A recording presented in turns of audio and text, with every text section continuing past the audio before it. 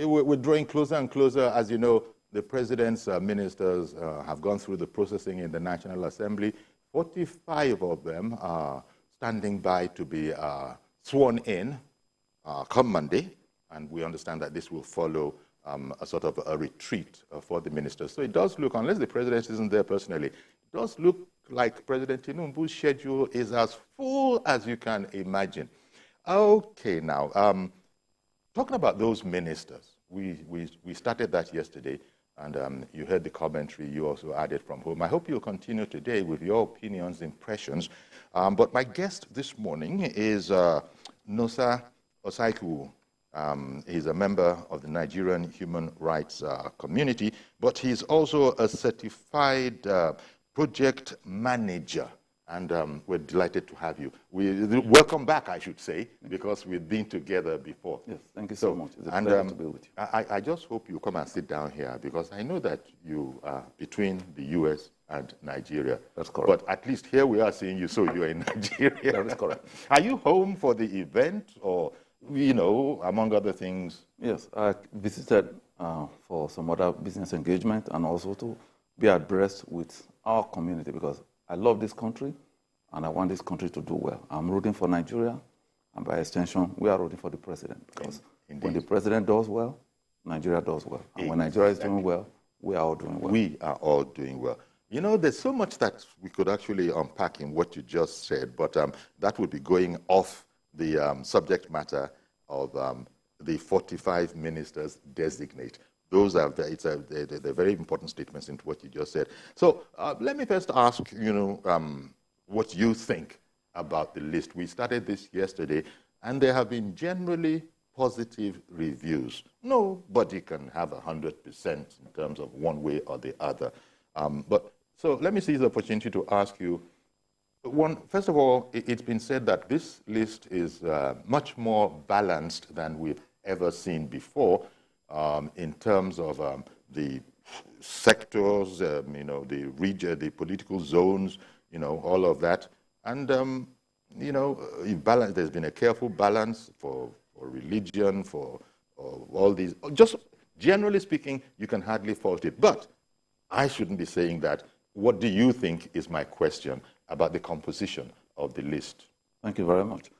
Frankly speaking, on the first bat, I'm impressed with the list from the standpoint that I believe the president has put a list together to help him to achieve his political agenda for the country and deliver services to the Nigerian people. It is important that these ministers, once they are sworn in, immediately get to work in achieving the set goals that the president has already defined, because Nigeria is at an inflection point. The Nigerian people are waiting anxiously to benefit from the dividends of democracy. And President Tinubu is in a historic position, given his legacy as governor here in Lagos, and of course, his political career, to deliver these benefits to the Nigerian people. And I'm deeply convinced that the president will achieve that. You know, one thing that also came up yesterday in yesterday's conversation is that, look, any president anywhere, but particularly in Nigeria, maybe in West Africa, when you're going to come up with a list like this, excuse me, there are quite a number of things to bear in mind. Sort of compensation is supposed to be part of that, you know, what people derogatorily call jobs for the boys. That's on the one hand.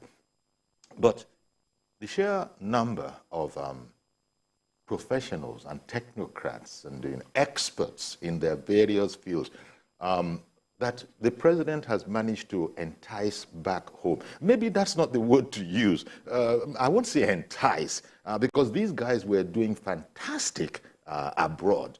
And so it's a matter of, they saw what you've just said in Nigeria and decided to put on hold. I'm talking here about, take for example, the duo of the Minister of Health and the Minister of State for Health. Yes. Those two gentlemen. Yes. The Minister of Health, you know, a professor, world acclaim, you know, the Minister of State for Health, some very, very successful medical person in the US. These guys put those on hold. And there are situations you have where in your present endeavor, you are doing more than good. You don't need anything. And then when people of such caliber now say, you know what, for all of that, I'll hang my stethoscope. I'm going back home. My country needs me. It's called love of country before anything else. One of the things that you find overseas in the developed world is what they call love of country. Country, God, and family. It is about time that we begin to experience some of this in Nigeria. In fact, most of the time when I do come home, it's for love of country. Okay. That is why constantly in the last few years, I've tried to engage with the general public to preach a gospel of culture change, which I believe is transformational in helping us get to our destination as a country. And I think the president alluded to that in one of his political speeches, which I heard. He said, we need a mindset change. And I laughed because it specifically dovetails and keys in to my advocacy, which is that for these ministers the president has appointed to achieve the president's objective and to deliver services to our people, alongside must be an element of cultural change. Okay. No longer doing business as usual. Cultural change means consequences for every action, so that we can uplift our people and take them to their destination. And this will also require of the president to also communicate effectively with the Nigerian people and to have a contract with the Nigerian people to say, if you do this, government would meet you here and deliver the services. Because government might be doing very fine. If the population is not doing theirs, then we cannot achieve the set objectives. So every part of the process has to work together. And to mention about the ministers, I was particularly impressed with the appointment of Wike as Minister for Federal Capital Territory. The former governor of Lagos. Yes. I think that he will sanitize that ministry, restore some sanity, and do away with some of the intransigence and impunity that has taken place in that ministry over the years since El-Rufai left.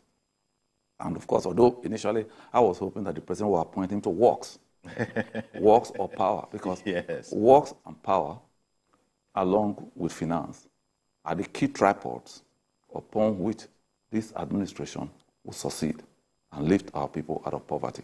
And I think that the president has started very well with the subsidy removal and, of course, the equalization of the foreign exchange rate. I think that President Tinubu is on the right track. On course. What we do need is patience from the Nigerian people, because with the new administration coming in, it requires a minimum of 18 to 24 months for the policies of this administration to begin to take effect. But I will just hold on for a while and allow you to lead with the questions. Indeed. And when you look at, well, there's no ministry that isn't important, because all of them are coming together to work for the upliftment of the country.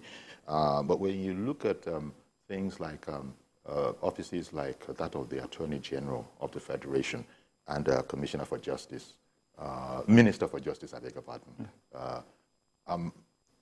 Again, that community has said that this is an excellent chap that is now in that office. The only gripe, shall we call it, that they had is that there was not a separation, and they had hoped that there might be between the minister and the Attorney General, because some of them, sometimes they clash, and you want an Attorney General who really is the nation's lawyer.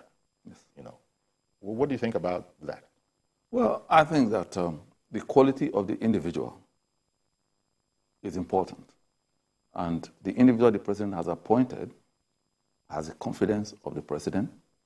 And from what I have known about President Tinubu,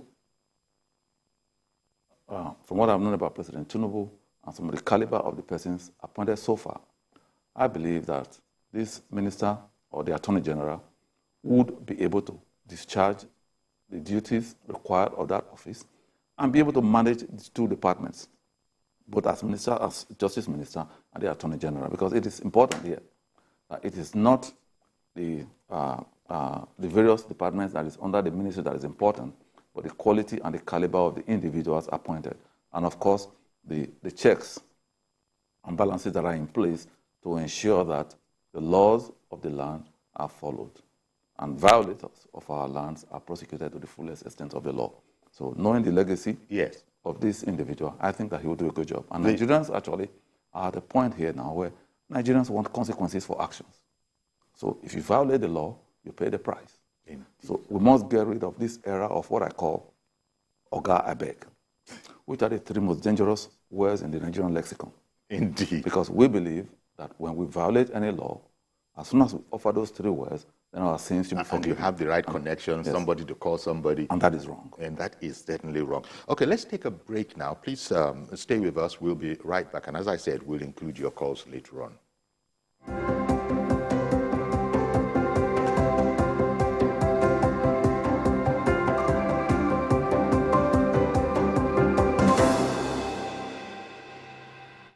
Dark marks, I've tried everything. Nivea Lumina 630 works from day one with visible results in just 2 weeks and 71% dark marks reduction in 12. Join the 1 million women already using Lumina 630 from Nivea. Never miss a moment. Instant breaking news from all over the globe. Live streaming of your favorite programs delivered directly to you. Watch anytime from anywhere on your mobile or smart devices. Download the TVC News app today. Available on Google Play and Apple Store. Doubt and fear doesn't occur at the canvas. It shows in the canvas. It shows the conation of raw earthen material slabbed, stroked, and molded at a pace provided by the doubt and fear. Every move weigh in the struggle of one to the other, merging the past to the present, brushstrokes of colors seen but not known. For when the wailing stops, the pieces settle down in abject beauty erected for a century of a century. Speaking, advocating, protesting as the arts are meant to be.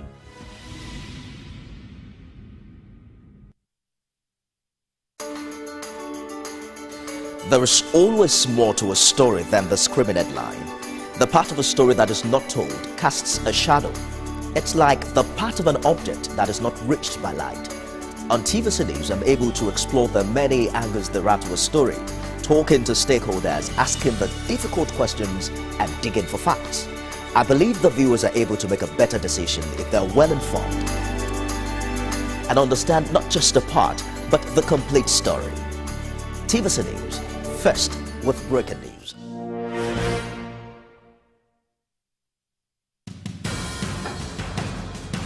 Information is power, information is security, information is knowledge. On Labor Lens, we believe that working people around the world have real questions of their own. They want to know how the world of work operates, what it means to the employer of labor, how policies affect workers in the workplace. On Labor Lens, I ensure we engage effectively the organized labor, organized private sector, and government to get out of them information workers are in need of. I am Sharon Ijason, asking questions that make you get sense of the workplace.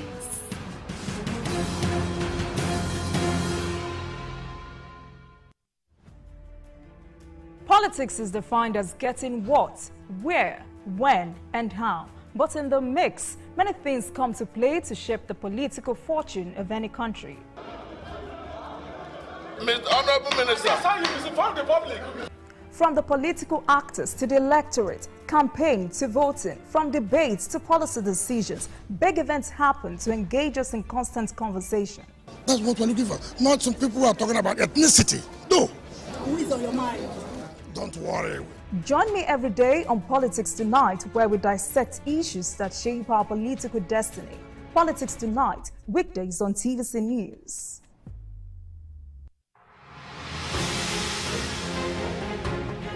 TVC News, first with breaking news. We cover the big political stories in Nigeria, but people want more than just politics. Business news, sports naturally, but you need news to live by also. Stories about education, health, personal finance, and hey, even lifestyle news. Newspaper reviews, travel news, and much more. Nigeria, it's more than just politics. It's life. Start your day with us every weekday. TVC News Breakfast. First, fast, balanced, Inaugurate. TVC News, first with breaking news.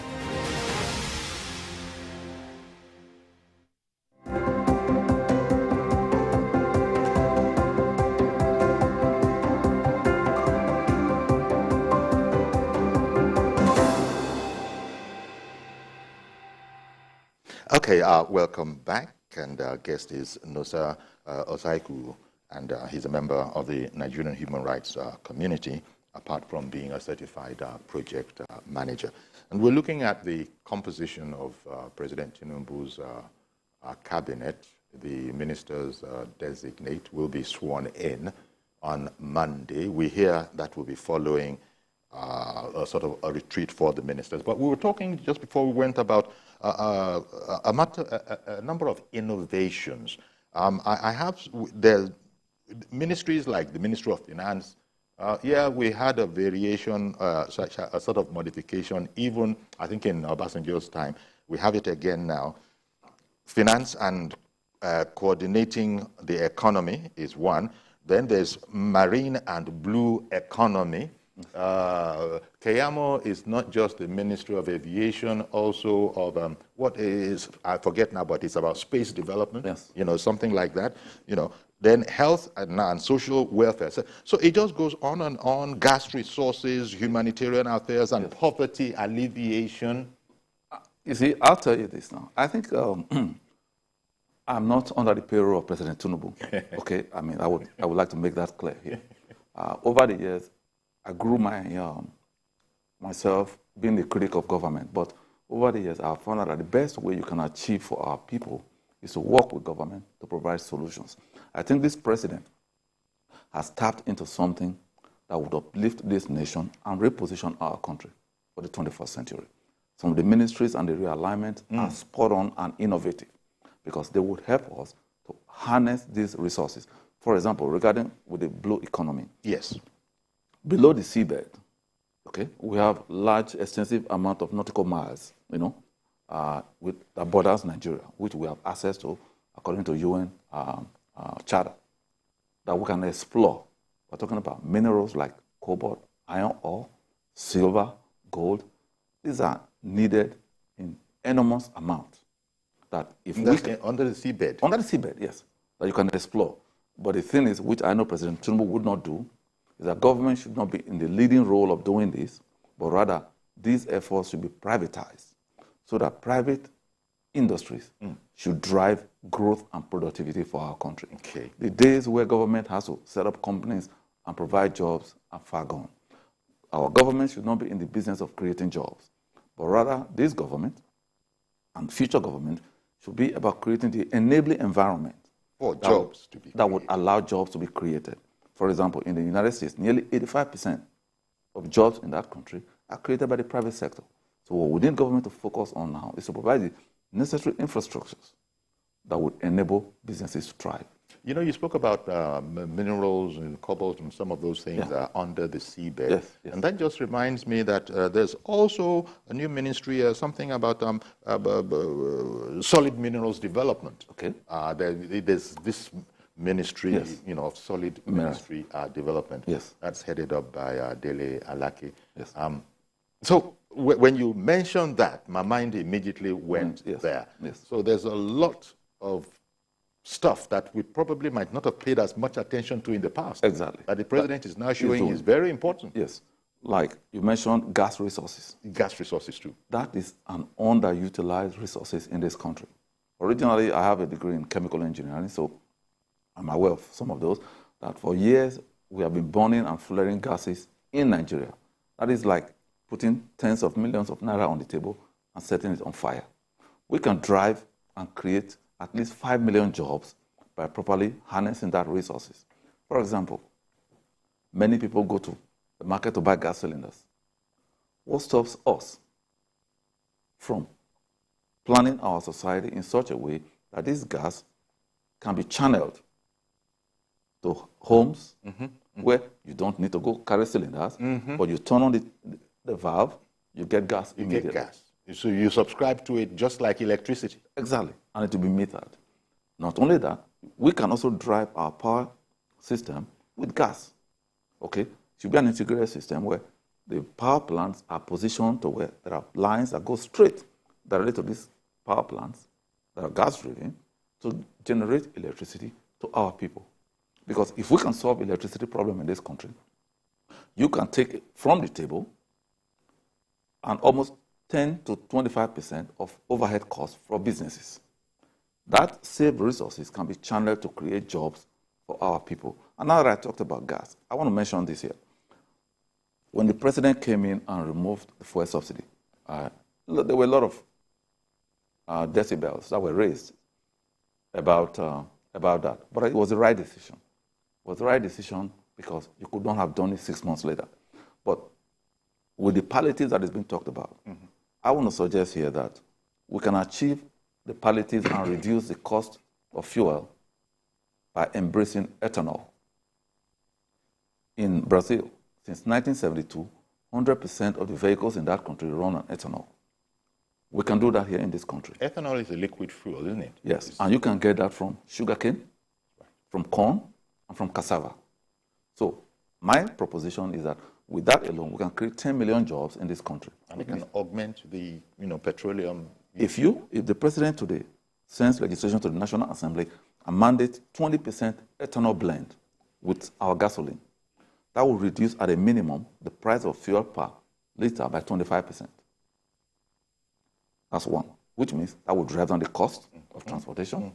That will have a net effect on the economy by reducing inflation without injecting additional funds into the economy that would exacerbate inflation. Then number three, farmers will now be making tons of money because they will be the new oil producers. So you can go farm cassava and you sell it to the brokers that will send it to the factory to convert it to ethanol. Corn, cassava, and we have those in plenty. Sugarcane. We have those very plentifully here. Talking about modified portfolios or new ones altogether, there's also steel development. Steel development is in there, and also the one that will gladden the hearts of a lot of Nigerians as well, as much as industrial and all of that is industry and all of that is very, very important. There's this new, amalgamation. You have art, culture, and the creative economy. Yes. If you go outside Nigeria, I have a lot of friends who are not Africans and who are not Nigerians. But Nigerian culture today is of immense value to them. They wear Nigerian clothes, what the fabric I'm putting on now. Yes. Nigerian food is a rave in America today. People go to restaurants, Nigerian restaurants, to eat Nigerian food. And in addition to that, Nigerian music and our movies. And Nigerian films. Yes, Nigerian films. So there are ways government can incentivize that industry to help them so that they can reap the benefits of their art. Because a lot of the produce from that industry, especially the entertainment industry, they are not reaping those funds that they could accrue. Government can help that in terms of passing legislation with regards to piracy and others. And not only that, we can also provide resources through the relevant agencies to even assist some of the up-and-coming artists to project them in the advanced countries so that more resources can be remitted back home. Previous administrations have thought of it as little more than entertainment, not understanding, just like sports. They say sports is mega in terms of what it can yield. Yes. So that the Tinubu administration has seen fit to now, zoom in on that and say you now have art, you have culture, and you have the creative economy all under one ministerial roof. That it cannot but be good for the sector. It is excellent. It is excellent because one of the things that most people don't understand here is that the strength and power that the United States of America asserts globally does not necessarily come from the might of its military capacity, but rather from soft power, which is the culture, the movies. That is how they're able to win the hearts and minds of people around the world. Around the world. And Nigeria is actually on the threshold of meeting that target today. I think so. If you talk to people from the Latin America world, I have friends from Mexico, Honduras, the first thing they say, you're Nigerian. Oh man, I watched this Nigerian movie. And they begin to tell me the stories. Exactly. So we really need to find ways to monetize this in terms of process of delivery. I do know, for instance, now that Netflix is streaming some of the movies from Nigeria, which provides resources to our people and to those who are engaged in that industry. So government can help by incentivizing the industry and those in the industry in setting up necessary machinery to ensure that we can continue to monetize and benefit. I'm going to come back. It's not that youth are the only people involved, but youth got, their own ministry via the Youth and Development Ministry. Sports is what it is, but now they've added Youth and Development Ministry. Let me take this call coming in from Ibadan. Mr. Wole in Ibadan. Good morning to you, sir. Well, he's not there anymore. Are you there, Wole? Good morning, Uncle Yori. I'm here. Good morning, sir. Good morning, Uncle Yori. Okay, then. Go ahead, please. Yeah, good morning to the guest. Yes, good morning. I just want to weigh in. Sure. Hello? Please continue. I just want to weigh in on the ministers and the portfolios. Okay, go ahead. What I would actually want to say is that we should give the president a little, and this cabinet time to see what they will do. Because Tinubu is someone that his things are novel. He comes out with things that you will not expect, but you will see them work. So I think we should give him that time for them to settle down and let's see what they will do, which I think is the best thing. Saying someone does not fit into this portfolio or does not fit into that portfolio does not really matter. The things that are essential are the Ministry of Justice, Attorney General, and that of the Minister for Finance and Economy. Outside those two, anybody with any qualification can actually perform if the person is good in most of those ministries. You understand? It's really it's not rocket science. You understand? The thing is to have the passion and the willingness to learn. Once you have that, these things will work. And Tinubu, being the kind of person he is, we know what he did in Lagos. When he started, nobody gave him all this chance that all these people is bringing will perform. Look how the people today. And most of them are not. They are not experts in positions where they are, but they have performed to be expectation. He's Fashola, an engineer that performs so well in works, and there's several of them like that. So why would just implore Nigerians? Let's give these people time. Let's see what they will do. Thank you very much, Wole, for calling in with that. I've got to go on a break now. Please stay with us. We'll be right back.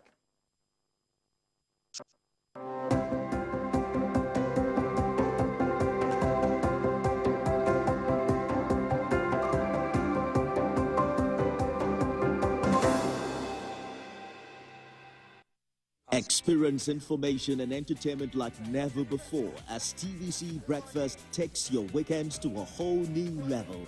Introducing TVC Breakfast Weekend Edition, your ultimate source of thrilling sports updates, insightful political analysis, and captivating entertainment news. Stay in the know with what's trending, catch up with the latest in sports, and immerse yourself in the latest buzz from the world of music and movies. Your weekends are no longer just days off, but moments packed with knowledge, excitement, and enjoyment. TVC Breakfast Weekend Edition, only on TVC News, starting 2nd September 2023. Every major news story is with many perspectives and layered with different levels of impact. Hello. What time did this happen? We will be right there.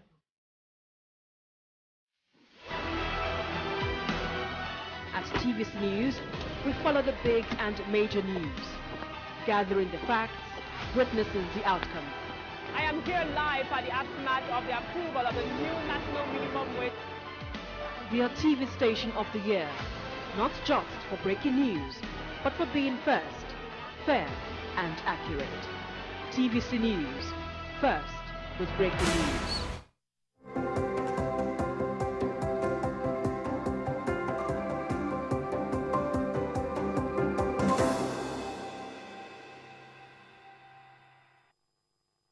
Okay, welcome back. Still with Nosa Saiku, and he's an expert in project management. And that's apart from being a member of the human rights community. But as he was saying, yeah, I've always been holding governments to account, but you also have to look at it differently as we go forward and as we mature and as society progresses. We're speaking about the youth. Very, very important. After all, that is our future. That is tomorrow. Now, saying that, look, particular attention has been paid there, I think, apart from sports, which we've always known. But now it's not youth and sports development. No, no. Now it's youth and development. Yes. On one side. Yes. The delineation is, I think, is very spot on, given the times and age that we are in now. If you look at all over the globe, the youths are very important, providing access to development, human development for youths, both in terms of entertainment, sports, and also in the innovative areas, technologies, like providing training to them in digital information space, in programming, coding. These are relevant areas. But I'll just tag in a little bit to sports. Sure. For instance, in Europe and in North America, college sports is more than $20 billion industry yearly. We can do the same thing in this country. The same thing we would know as university sports. Exactly, university sports, which is football. Because what it is that we are blessed in this country with the biggest asset that any nation would ask for, which is population. But we just need to find a way to monetize that population to help us get to the next level. And we can do that, for instance, in sports, where if you organize the sports architecture in the universities, they can become revenue generating for the universities, also provide career opportunities for the young men and women to excel in various sports, boxing, basketball, football, just to name a few. And the industries here in Nigeria and overseas can come in to finance some of these projects, for the benefits of our people. So this can be done. Just like Wally, who called in from Ibadan, people don't always know what is going on, so to speak, in the minds of the president. But then also, you can't belittle the contribution of the team he has around him that clearly know all that you are saying. And then it takes people like you and others, if anybody can't figure it out, to understand the potential in there. Miriam in Abuja, good morning to you, ma'am. Thank you for holding on. Yeah, hello, good morning, Uncle Yori. Good morning. Good morning. Yeah. I think I have sore throat, but I'm sure you can hear me. Yes. We'll manage. Uncle Yori, I'm somebody I call you all the time. Well, you used to. We campaigned as Asiwaju, and we are happy he won the election. But honestly, Uncle Yori, this ministerial list, we have a few good ones. There's no doubt about it. We do have. But honestly, it's disappointed. I'm just going to tell you the truth. In as much as I'm an admirer of Asiwaju, I trust him to some extent, but this ministerial list is a huge disappointment. And let me tell you something. Do you care to be specific? I don't know. Would you care to be specific? In the North, Rufai, he's one of the best in the North, one of the best in the country. I don't know what this government is doing. For you to allow El-Rufai to walk away, then I don't know if we're serious at all in this country. El-Rufai is going to be somebody who I am sure will handle the power situation in this country. Please don't let him walk away. All right, then. That's my contribution this morning. Well, thank you very much, Miriam. But, she couldn't hear, but I asked her if you wanted to be a bit specific. She didn't take it up. But if that is one, and it's an important one, to then take the whole list of 45 and say it's disappointing, no, it is not. Might not have been the best. But I saw that you were nodding in agreement. Because even prior to the president's nomination of the ministers, I singled out two individuals, Governor Wike and El-Rufai, because these are drivers. they would achieve results and help the president's agenda. I think going by the antecedent. I think that the president should renominate El-Rufai for a position because he would deliver for the Nigerian people. We don't want shenanigans. We want results for this country. And this president wants results. And one thing I will say is this, which I think many people who know President Tinubu would agree to, is that as a leader, he would ask the right questions of those who have been assigned or designated for certain positions. Because if you appoint a minister and he goes and runs his own without accountability, then you are going to fail. Yes. But if the president will call you in regularly for debriefing and say, okay, where are we doing? What are we doing this? And how are we doing this? Are we meeting the targets? That is why I said that it will be important at the end of the day for government, for this president, to ensure that these ministries and these ministers run their affairs in a projectized way. And that at the presidency, it doesn't have to be the president himself, but the presidency must have a project and performance monitoring team to evaluate on a consistent and constant basis the achievements of defined objectives of this administration so that the Nigerian people can for once have a smile on their face. Okay, let me pick up Mr. George's call. Good morning to you, Mr. George, in Lagos. Good morning, Uncle Yori, and good morning to your guest. Yes. Thank you. Good morning. Uncle Yori, as I earlier suggested, I would have loved Wike to take Ministry of Works, while Umahi will take LCT. But the president has swapped them. It's okay. Umahi is also good in in physical development. But I wanted Wike to deal with Julius Berger. But it's all right. Now, Uncle Yori, I'm sad personally that El-Rufai is not coming into this cabinet. It's very sad. I don't know what the president can do to... Well, you don't know that for sure yet. As they say never. I just hope he comes in. Because that guy is loaded. We saw what he did during the elections, when MFLA wanted all of us to die. We saw what he did. He's somebody that when he wants to do something, he goes for it irrespective of all odds. We must say the truth. And I'm not very convinced of the reason that they have given for his not coming. So that is that. I hope the president works on that. Uncle Yori, I am expecting more ministries to be created. Some of the ministers of state that are being posted, I want to believe that as things unfold, some of those ministers will take up new ministries as full-time ministers. But I am in support of the innovations so far. So far, I'm in support of the innovations. But I believe more of, when you go to some ministries, they have up to 40 parastatals. Some of them ought to be realigned to other departments. I believe in the course of time, the president will still do something about that. So, Uncle Yori, what I need to stress again is that for a minister to perform largely depends on the president, the supervising president. If he gives them a target and sets up a machinery for the achievement of those targets, subject to periodic reviews, everybody will perform. Indeed. If you don't perform when you are being reviewed, you are kicked out. That's how it is done. Okay, thank you very much, Mr. George. Again, this is what you were just saying, and the same outside there. Performance review should be constant and consistent. And I think this president will do that because this president has core advisors that would help him, but it would be good to formalize it so that Nigerians would know this is where this president is going.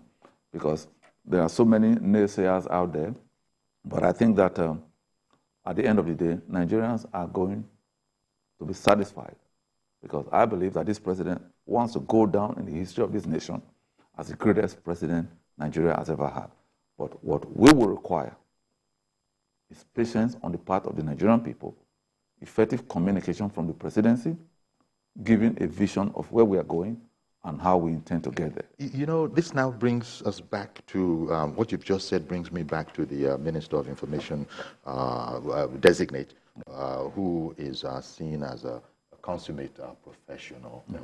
And so this whole matter about communicating well to the populace, and also maybe the what national orientation people. I was going to go to that. Yes, because it is very fundamental to have cultural change in this country. No longer business as usual, because the president alluded to that in his campaign. He said we need to have a change of mindset, and the National Orientation Agency was specifically set up to do something like that. So we should be having commercials on radio, but on television. They've been silent. Yes, the complaint of most Nigerians. Yes, in fact, my organization, we run some commercials in Abuja and also in some parts of the country, including Lagos, you know, to this effect. And somebody called me and said, what you're doing is what the National Orientation Agency should be doing.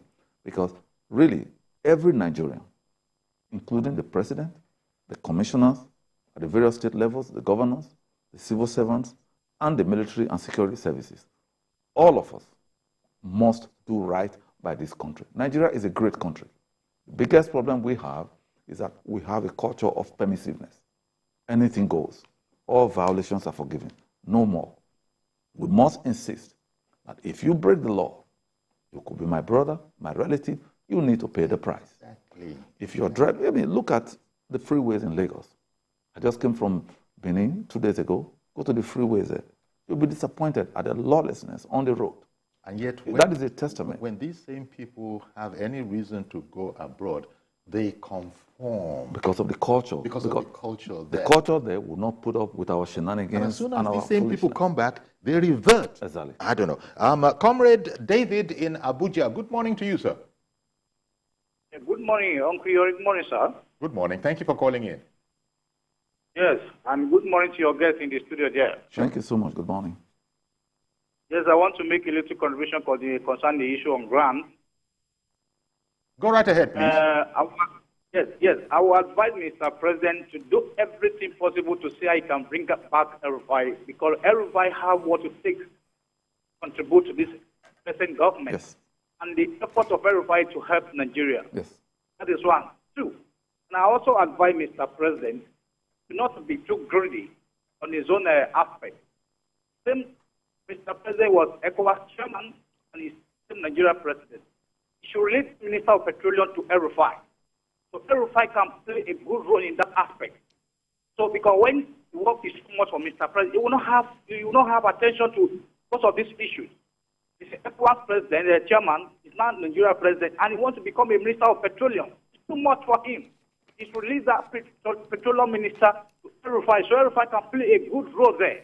Nigeria are expecting more from El-Rufai. El-Rufai should not be excluded. It should be included. It not should be excluded. It should be included.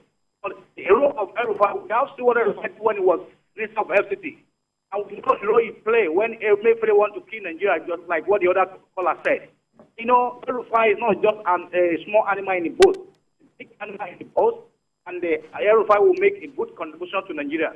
Indeed. Thank you very much, comrade. In fact, you're the third person in a row to speak about former Governor Nasir El-Rufai.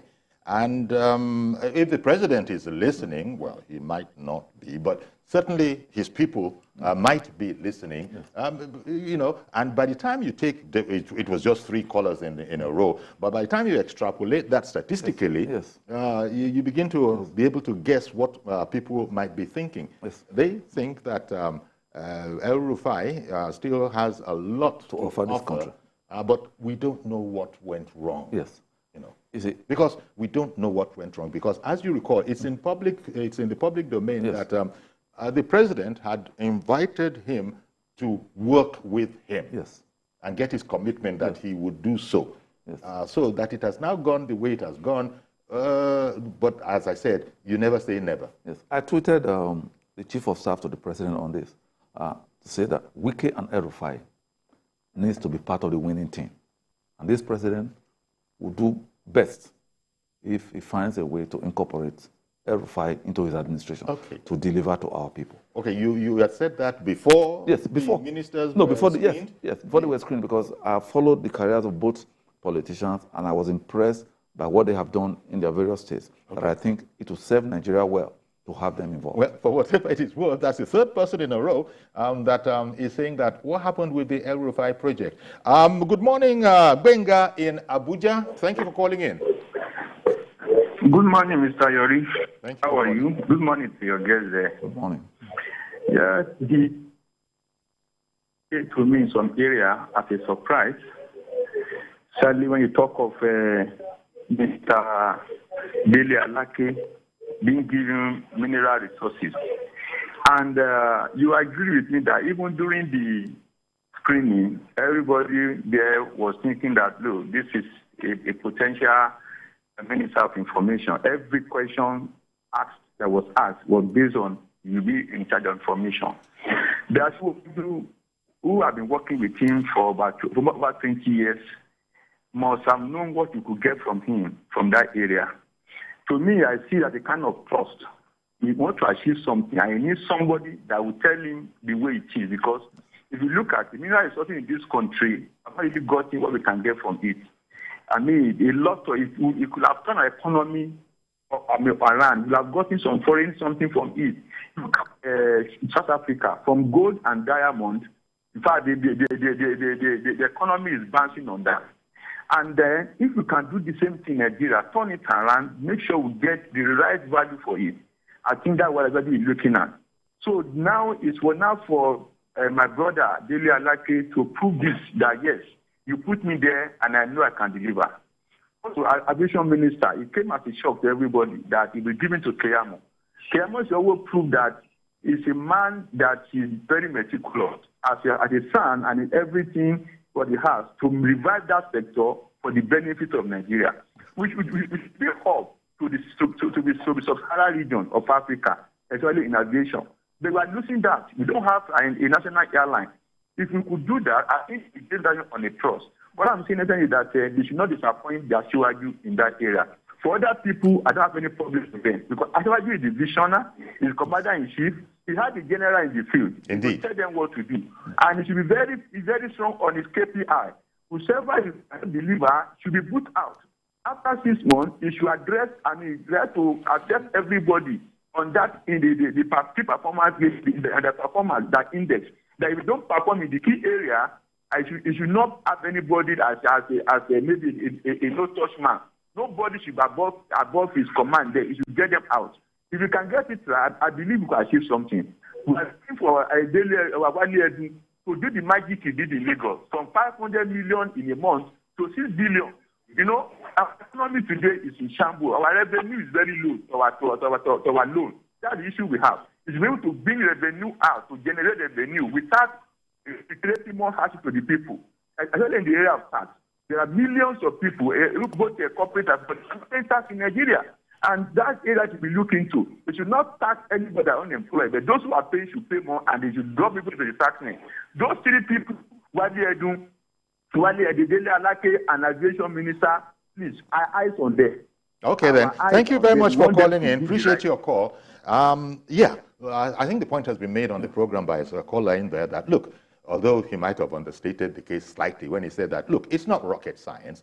Anybody who is competent, apart from the specialist ministries where you need a lawyer, for instance, maybe you even need a doctor in certain other areas. Apart from that, and certainly, I imagine that finance, the economy, you do need a specialist. But apart from that, the president is aware that the excellent team, the excellent people around him, and the pool from which he is selected, these are people that are able to, you know,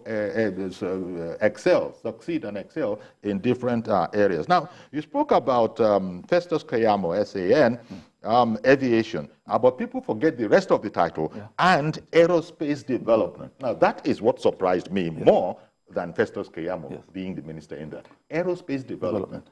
Because, again, if you look at what is happening all over the world, it is important that we also participate in exploration of space. For instance, in the United States today, they have a space force. They wouldn't just do that if going to space was just for fun. That's right. There is a possibility that at some point in our future, people will be living in Mars. That's a possibility. Well, so, according to Elon Musk. So, exactly. And also some of exploration of these resources or those areas can be of immense benefit to this nation. I want to key in on something the president did in terms of alignment of ministries. There's a Ministry of Human Resources and Poverty Alleviation. Yes. I think that is very transformational. I have no knowledge of what the president is thinking, but my position here is that in order to transform our people, the lives of our people, we need to know how many we are, one. We need to have a national database that is integrated across the spectrum, number two, so that those who are below poverty can be identified and resources set aside to help meet those needs.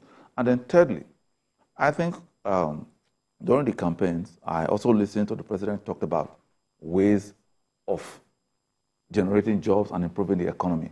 And I did mention earlier that the population of this country is an asset.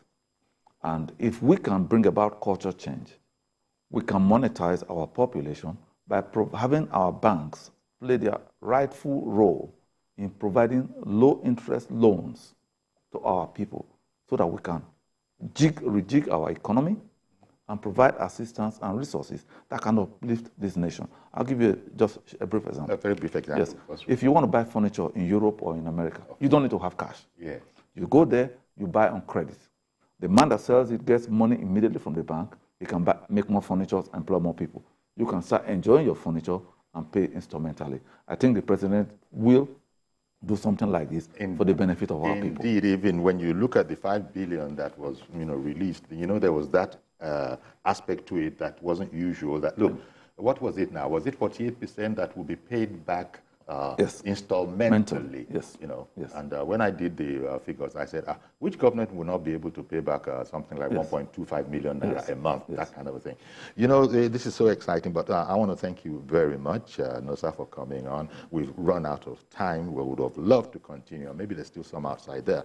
But as I said, I hope the president was listening. If he wasn't, just by way of feedback to what has been done, and people perhaps being able to catch up later, if not now, on the great potential of the way things are structured, if everybody else puts their shoulder to the plow.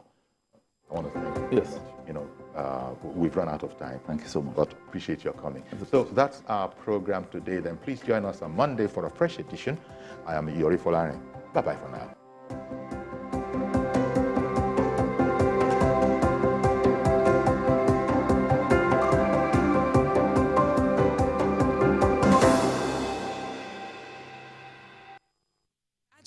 Of TV. A brand new sundial with StarTime's inbuilt technology. New TV innovation with an inbuilt decoder that connects you to both StarTime's antenna and satellite signal. StarTime Sundial TV, you can enjoy over 300 local and international channels, 1 month StarTime